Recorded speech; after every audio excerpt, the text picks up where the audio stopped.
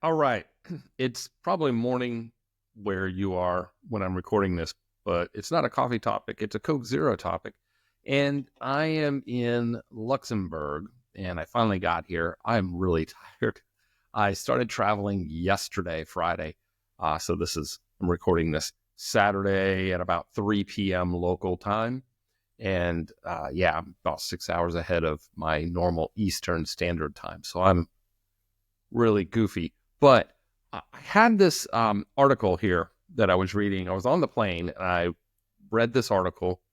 The last half of the week, I'm going to be in Paris. And so that's why this caught my eye. Check this out. Now, just follow me here on this with workplace safety.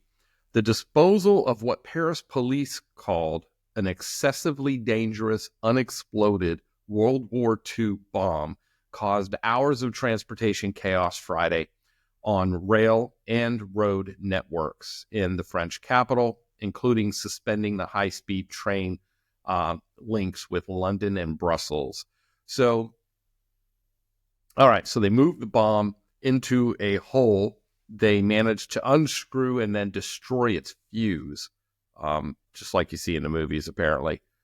I guess what happened was the bomb was dug up right alongside near the train tracks. And that's what shut it down. Can you imagine like being a construction worker doing some repairs and, you've called the utilities, the call before you dig, 811 for us in the States.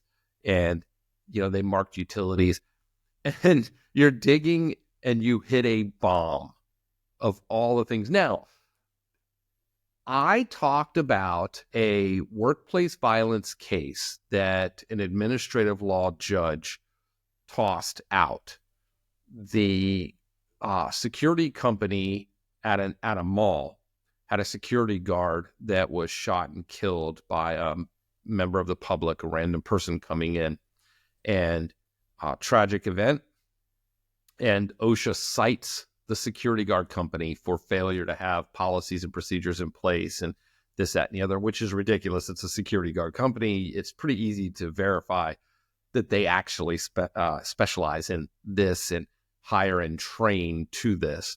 But the administrative law judge threw it out. And one of the reasons was, if you recall in that coffee topic, it was something that you couldn't foresee. It was something you can't manage it because, one, it didn't arise out of the workplace. It was a member of the public coming in that you have no control over. It's an open public area.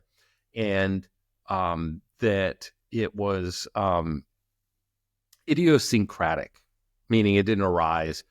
You couldn't have foreseen it. It didn't arise out of the workplace.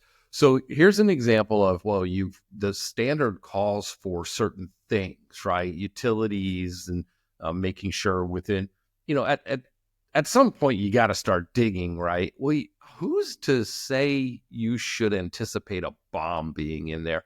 Now, I don't know. Maybe in Europe, there are certain areas of Europe that are designated or known to have, be historic battlefields, or I don't know, maybe you've got something like that over here. I'll have to look into it.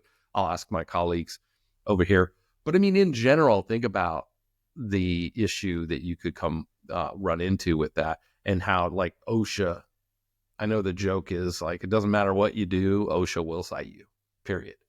Well, now we have a case where it's like, well, no, you can't cite for that.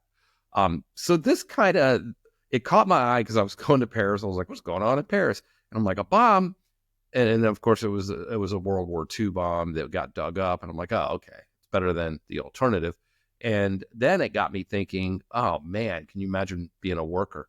So a couple of questions. One, what do you think? Do you think this could fall into something that was idiosyncratic, that there's no way you could have in any practical sense managed for this type of event, other than to say vaguely in your policies and procedures, anything you encounter that isn't supposed to be there, stop, notify manager, stuff like that. So one that's one, and the other one is, do you think this fits into that case?